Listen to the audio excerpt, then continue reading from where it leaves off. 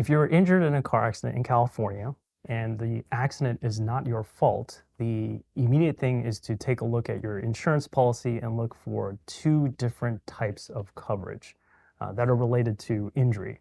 So the first type would be it's abbreviated typically on your insurance policy as UIM/UM. They usually come together.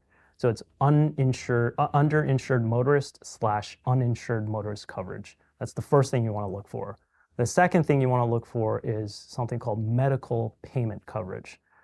So let's go over what those two things mean, right? So get in an accident, it's not your fault. You want to take a look whether you have UIM/UM, again, underinsured motorist or uninsured motorist, which basically will cover you in the event that the other person does not have insurance or does not have enough insurance to cover the value of your harms and losses that you've sustained in this accident.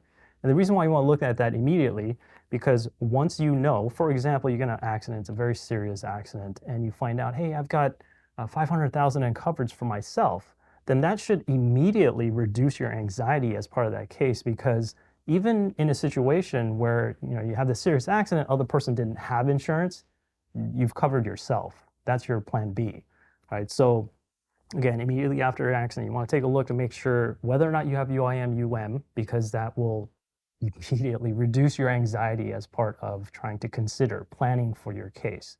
Now, the second type that we mentioned earlier, medical payment coverage.